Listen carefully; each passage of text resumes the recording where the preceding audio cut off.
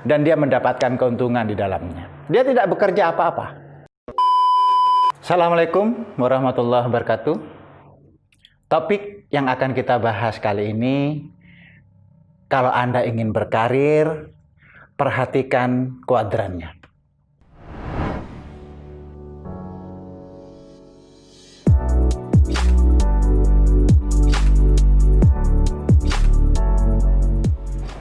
Ada 4 kuadran dalam meniti karir. Kuadran yang pertama adalah employee atau pekerja.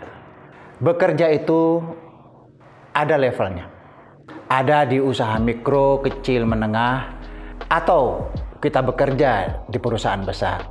Bekerja di usaha mikro, kecil, dan menengah tentu pendapatannya juga relatif kecil. Semakin kecil itu levelnya, semakin kecil pula pendapatannya. Sahabat muda, kalau memang kita lulusan perguruan tinggi, sebaiknya bekerja di level perusahaan besar atau besar sekali. Karena jenjang karirnya akan lebih baik. Upahnya juga terjamin besarnya.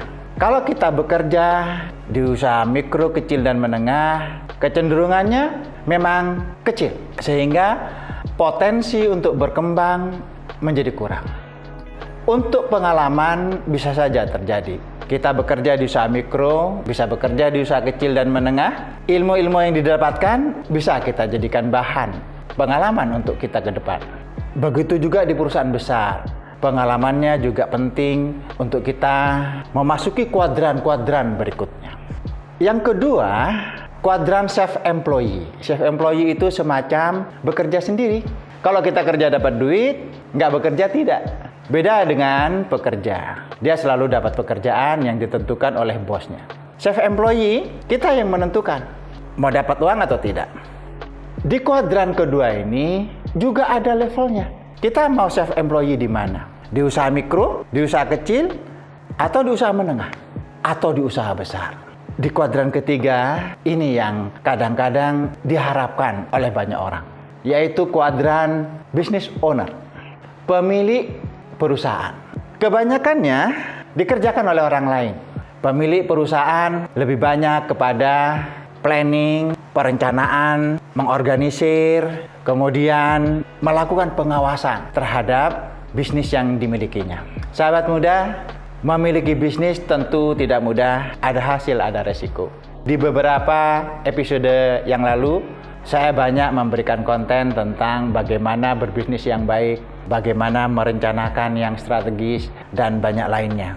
Tetapi di kuadran ketiga ini memang ditentukan atau diperlukan suatu kemampuan. Bagaimana memiliki bisnis yang baik. Karena perusahaan ini akan membayar banyak orang, akan memberikan kesejahteraan kepada banyak keluarga, sehingga kemampuan di dalam memiliki perusahaan ini sangat ditunggu oleh orang banyak. Sahabat muda, yang keempat kuadrannya adalah investor, yaitu orang yang melakukan investasi.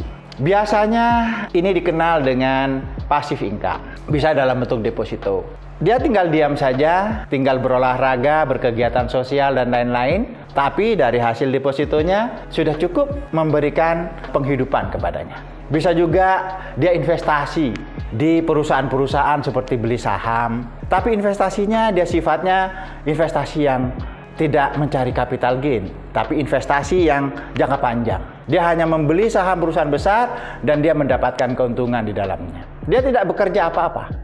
Atau dia mungkin investasi rumah kos-kosan, investasi apartemen.